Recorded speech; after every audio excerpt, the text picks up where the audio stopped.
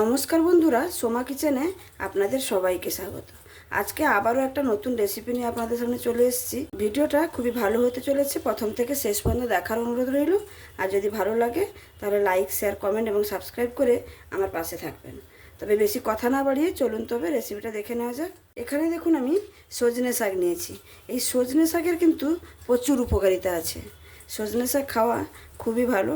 আমি এখানে সজনে শাকটাকে ভালো করে ধুয়ে পরিষ্কার করে নিয়েছি। আর আমি এখানে সজনে শাকে দেবো বলে বেগুন আর আলু ছোটো ছোটো করে কেটে রেখেছি। তবে চলুন রেসিপিটা শুরু করি। আমি রান্নাটা করে নেওয়ার জন্য একটা কড়াই বসিয়ে নিয়েছি।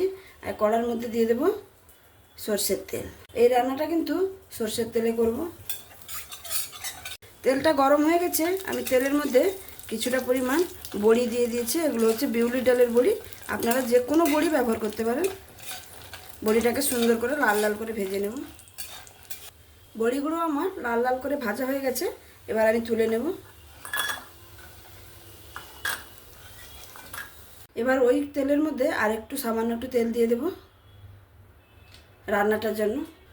তেলটা অলরেডি গরম আছে। ফোড়নে দিয়ে দেবো কালো জিরে আর দিয়ে দেবো রসুন, থেতো করা রসুন।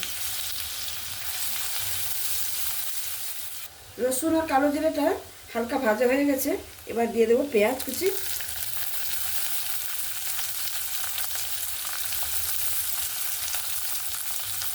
কাঁচা লঙ্কা আর সামান্য একটু টমেটো দিয়ে ভালো করে ভেজে নেব পেঁয়াজ, টমেটো, কাঁচা লঙ্কাটাকে।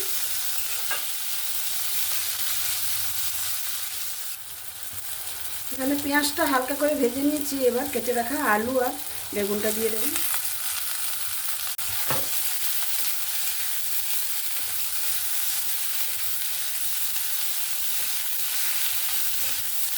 পেঁয়াজের সঙ্গে ভালো করে আলু আর বেগুনটাকে নাড়াচাড়া করে নিলাম।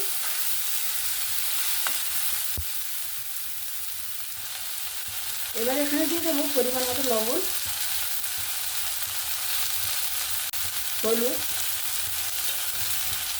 সামান্য একটু ঝাল লঙ্কা দেব।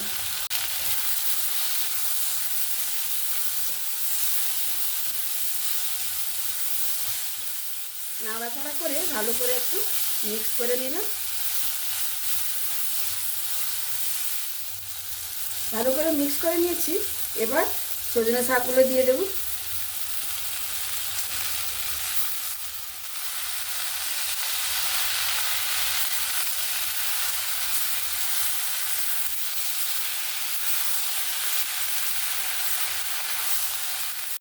এখানে শাকটা দিয়ে আমি প্রায় 2 মিনিটের মতো নাড়াচাড়া করে নিয়েছি। এবার এখানে পরিমাণ মতো একটু জল দিয়ে দেবো, যাতে করে আলু আর শাকটা সুন্দরভাবে সেদ্ধ হয়ে যায়।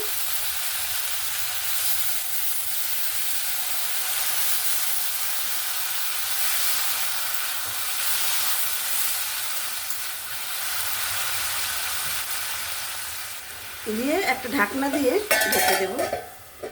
এখানে ঢাকাটা খুলে নেব। আমি প্রায় 5-7 মিনিট মতো ঢাকা দিয়ে রেখেছিলাম। শাকটাও সুন্দরভাবে সেদ্ধ হয়ে গেছে।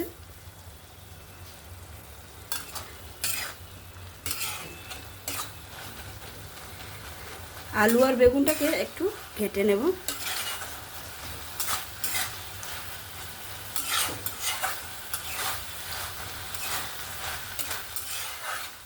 রান্নাটা প্রায় আমার কমপ্লিট। নামানোর আগে যে বড়িগুলো আমি ভেজে রেখেছিলাম, হাত দিয়ে একটু ভেঙে ভেঙে নিয়েছি, ওটা দিয়ে দেব।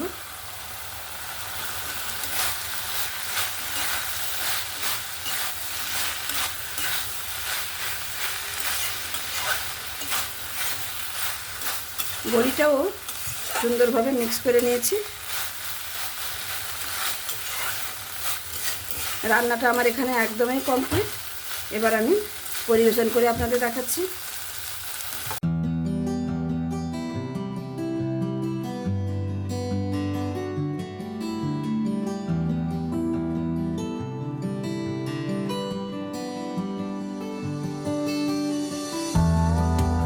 তাহলে বন্ধুরা দেখতেই পেলেন আমার এই সজনে শাকের রেসিপিটা। দেখতে দেখুন কতটা সুন্দর হয়েছে, আর গরম ভাতের সঙ্গে খেতে কিন্তু অসাধারণ লাগে। এই সজনে শাকের উপকারিতা সবাই কিন্তু জানে, তবুও খেতে চায় না। তবে আমি আজকে যেভাবে বানিয়ে দেখিয়েছি, একবার যদি এরকম বাড়িতে ট্রাই করেন তাহলে অবশ্যই খুব নিঃসন্দেহে খুব ভালো লাগবে। তাহলে আমার এই রেসিপিটা যদি আপনাদের পছন্দসই একটা রেসিপি হয়ে থাকে, তাহলে অবশ্যই লাইক, শেয়ার, কমেন্ট এবং সাবস্ক্রাইব করে আমার পাশে থাকবেন। আর যারা অলরেডি আমার পাশে আছেন তাদেরকে অসংখ্য ধন্যবাদ। আর যারা এখনও ভিডিও দেখছেন অথচ সাবস্ক্রাইব করছেন না, তারা প্লিজ সাবস্ক্রাইব করে আমার পাশে থাকুন। তাহলে আজকে আমি এখানেই শেষ করছি। আবার দেখা হবে অন্য কোনো দিন অন্য কোনো রেসিপির সঙ্গে। সবাই ভালো থাকবেন, সুস্থ থাকবেন, সাবধানে থাকবেন। ধন্যবাদ।